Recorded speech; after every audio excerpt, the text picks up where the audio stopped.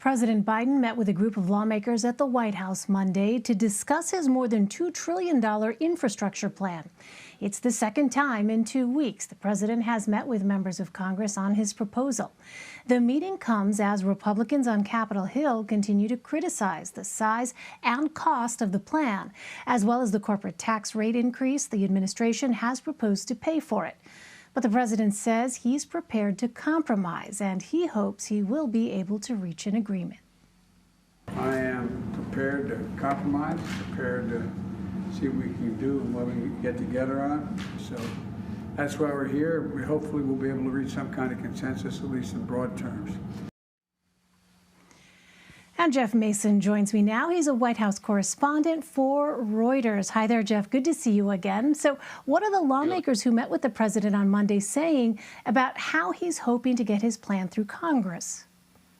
Well, I think they were echoing to some extent what you just played in that clip from him about being prepared for compromise. He said specifically today that he chose the group of lawmakers there deliberately. They were a group of people who were former governors, former mayors. Mitt Romney, of course, a Republican, former governor of Massachusetts, Senator John Hickenlooper, a former mayor of Denver, and then governor of Colorado. He said he chose them because they were people who were prepared and had experience making compromises. And that's what he wants to do. So the question is whether they'll find a compromise basically on the size of the bill and how to pay for it. The idea of spending money and improving the U.S.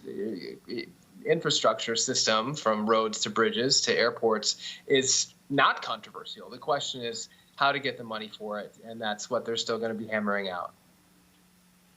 So, the phrase, as you know, Jeff, prepared to compromise isn't something that we're necessarily used to hearing in Washington these days. So when we talk about compromise, do we know which parts of his plan the president is talking about? And what are some of the areas where the White House will not compromise?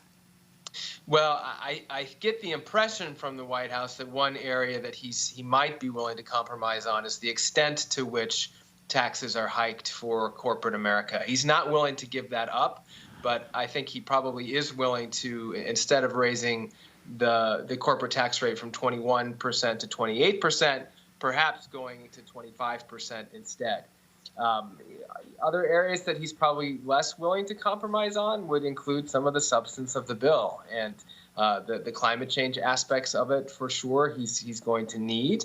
And the general priorities that he's setting in there on infrastructure beyond roads and bridges and airports, but extending to broadband and helping poor communities. Those are things that he's, I think, likely to continue to push for.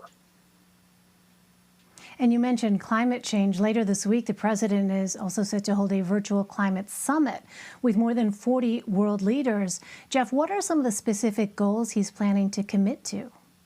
So one of the first things that people should be looking for is what the White House ends up presenting as President Biden's goal for cutting U.S. emissions by 2030.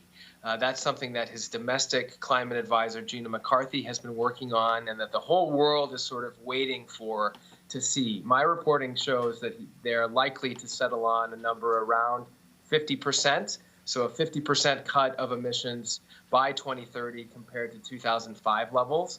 But they will confirm that, whether it's a slightly higher number or a slightly lower number than that in the coming days for that climate summit, at which other world leaders will also be presenting their national plans to reduce emissions. So broadly, to your question, I think we'll be looking for that number and that commitment, and then for the specifics on how the White House plans to do that domestically as sort of a push to show other countries that, hey, we're doing it here, you should do it in your countries too. Well, Republicans have come out in opposition to the White House's climate agenda, but President Biden is also facing criticism from members of his own party. What issues do some Democrats have with his proposals? Well, I think broadly, Democrats, particularly on the left, want this president to go even further. And, the President Biden, when he was a candidate, made climate change one of his top priorities. And he is seeking to make good on that promise with his climate plan. But if that number, for example, that I was just referring to ends up not being 50 or above, that will absolutely generate criticism from the left, and it will suggest, or at least people will say it suggests, that he's not fulfilling that promise. So in general, Elaine, it's kind of like a lot of these issues internally within the Democratic Party. There will be centrists who are pleased to see a centrist governing, and there are people further to the left who want to see him move even further, and that applies to climate change policy as well. Yeah, I mean, you touched on this earlier. Federal spending to address climate change is also closely tied to the president's $2.3 trillion infrastructure plan.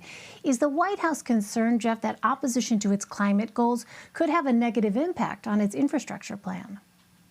Well, I haven't spoken to anyone about whether they're concerned about it, but surely it has to be at the top of their minds. I mean, this infrastructure bill is critical to the White House's ability to make good on its climate goals. It's critical to that plan that I was just referring to that they're going to unveil next week with regard to the 2030 goal. They will need to have some legislation and some regulation to back that up. And the legislation is largely the infrastructure bill because of incentives that it lays out for clean energy and other climate goals. So for sure that must be at the top of their minds as they're pushing for that legislation to go through Congress. All right, Jeff Mason for us. Jeff, always good to have you. Thank you very much. Thank you.